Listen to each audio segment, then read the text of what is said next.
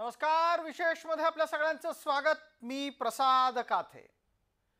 अखेरीस महाराष्ट्र एका न सुटलेल्या कोड्याला सोडवण्याचा प्रयत्न करताना दिसतोय। संतोष देशमुख हत्येला इतके दिवस झाल्याच्या नंतरही कृष्णा आंधळे अद्याप सापडलेला नाही। कृष्णा आहे कुठे या प्रश्नाचा छडा लागत नसल्याने तपास यंत्रणा त्याला विसरून गेल्या की काय असंच मध्यंतरी वाटू लागलं होतं। त्या परिस्थितीत आता बदल होताना दिसतो आहे। कृष्णा आंधळे हा संतोष देशमुख हत्या प्रकरणातला एक आरोपी आहे। आजवर त्याचा ठाव ठिकाणा कुणाला लागलेला नाही। आमचे प्रतिनिधी विजय चिडे यांनी या संदर्भातला आढावा घेतलाय।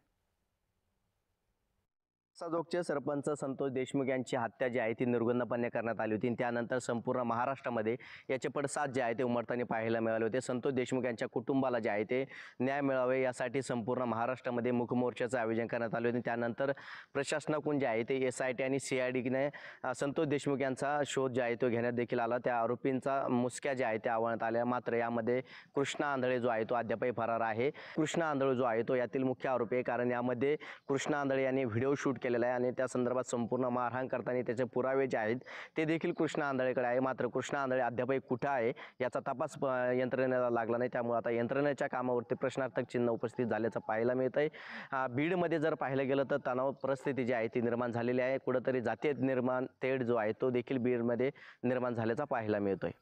बीडहून विजय चिडे, जय महाराष्ट्र। संतोष देशमुख यांना मारहाण केली जात असताना त्याचा व्हिडिओ बनवण्याचं काम कृष्णा आंधळेने केलं होतं। त्यामुळे कृष्णा आंधळे हा किती महत्त्वाचा आरोपी या प्रकरणामध्ये हे वेगळं सांगायला नको। पण या कृष्णा आंधळेचं अद्याप न सापडणं ही महाराष्ट्र पोलिसांच्यासाठी नामुष्कीची बाब आहे। पोलिसांच्या हातावर तुरी देऊन फरार असलेला कृष्णा आंधळे हा सराईत गुन्हेगार आहे। इतके दिवस कृष्णा हातात येत नाही म्हटल्यावर पोलीस दलाला आता कुठेतरी जाग आली आहे। संतोष देशमुख हत्या प्रकरणामध्ये विशेष चौकशी पथकाची स्थापना करण्यात आली आणि त्यांनी एकापाठोपाठ एक आरोपी ताब्यात घेतले। देशमुख हत्या प्रकरणामध्ये एव्हाना आरोपपत्र सुद्धा दाखल झालेलं आहे, पण कृष्णा आंधळे काही पोलिसांना सापडलेला नाही। तपास यंत्रणांच्यासाठी ही नामुष्कीची बाब आहे आणि हीच नामुष्की टाळण्यासाठी नवा निर्णय घेण्यात आलाय। त्यानुसार पोलीस हवालदार राजू वंजारे आणि पोलीस नाईक अनिल मंदे यांना SIT मध्ये दाखल करण्यात आलेलं आहे। स्थानिक पोलिसांच्या मदतीने आता कृष्णाचा तपास केला जातोय। कृष्णाचा माग काढण्याचा हा प्रयत्न आहे। SIT मध्ये आतापर्यंत झालेला हा तिसरा बदल आहे, हे महत्त्वाचं।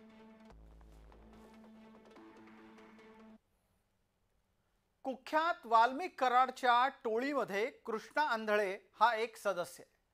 कृष्णा हा मैंदवाडी गावातला रहिवासी आहे। त्याच्या घरची परिस्थिती बेताचीच आहे। मात्र गुन्हेगारी क्षेत्रामध्ये अनेक कारवाया केल्यानं कृष्णावर आत्तापर्यंत 6 गंभीर गुन्हे दाखल झालेले आहेत। यामध्ये खंडणी, दरोडा अशा गुन्ह्यांचा सुद्धा समावेश आहे। सुदर्शन घुलेची अनेक दिवसांपासून साथ सोबत करणारा कृष्णा सराईत गुन्हेगार म्हणून ओळखला जातोय।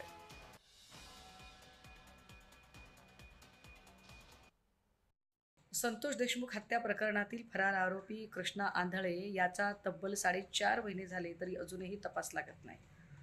ज्या पद्धतीच्या चर्चा चालू आहेत की कृष्णा आंधळेचा घात झाला की अपघात झाला की अजून काही झालं किंवा तो राज्याच्या बाहेर गेला आहे का, देशाच्या बाहेर गेलेला आहे का, पण देशाच्या बाहेर जाईल असं म्हटलं तर त्याच्याकडे विजा पासपोर्ट असण्याची शक्यता फार कमी आहे।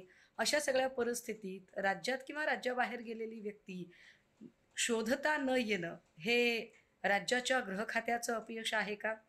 काहीही असलं तरी कृष्णा आंधळेचं नेमकं झालं काय हा प्रश्न मात्र अजूनही अनुत्तरित आहे।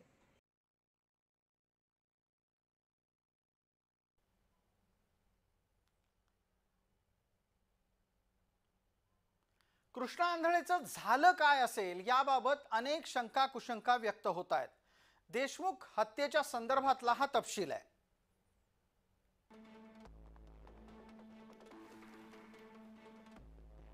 देशमुख हत्येच्या सूत्रधारानं कृष्णाला लपवलेलं असू शकतं.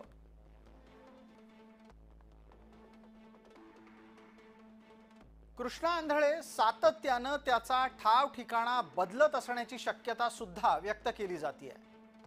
मोबाईल वापरत नसल्यानं कृष्णाचा माग काढणं तपास यंत्रणेला अवघड झालेलं आहे.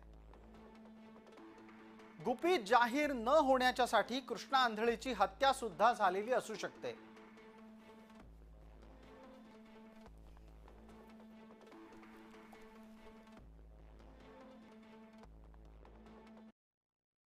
मला असं वाटते जो होय त्यांना शोधू शकतो, पण जो आहेच नाही त्यांना कसं शोधू शकतो पोलीस.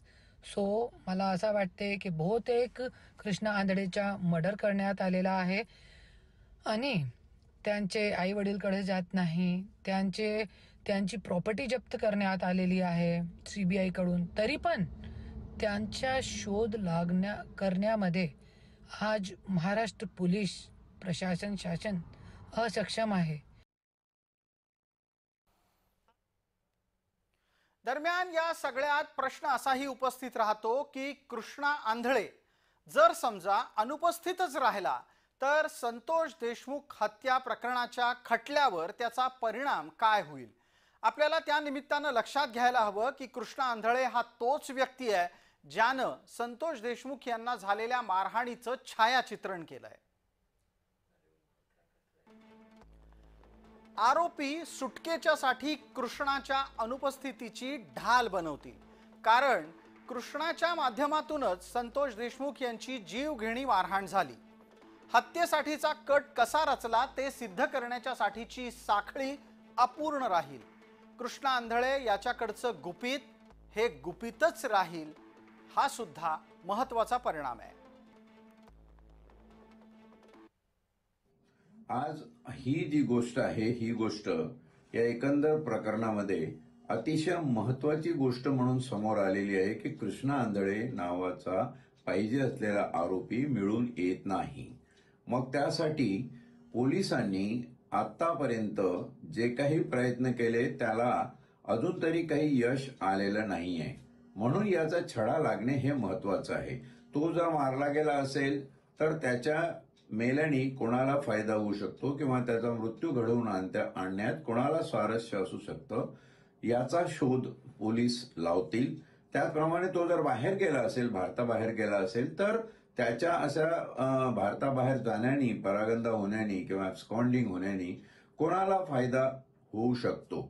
तिसरं महत्वाचं आहे की त्याच्याकडे अशी कुठली बातमी असू शकते किंवा कुठला पुरावा असू शकतो ज्याच्यामुळं कोणाला काही भविष्यात त्रास होणार आणि म्हणून त्याचा शोध लागणे हे अतिशय आवश्यक आहे असं मला वाटतं. दरम्यान या निमित्तानं चर्चा अशी सुद्धा आहे की कृष्णा आंधळेचं अस्तित्वात असणं किंवा नसणं हे कोणाच्या फायद्याचं आहे.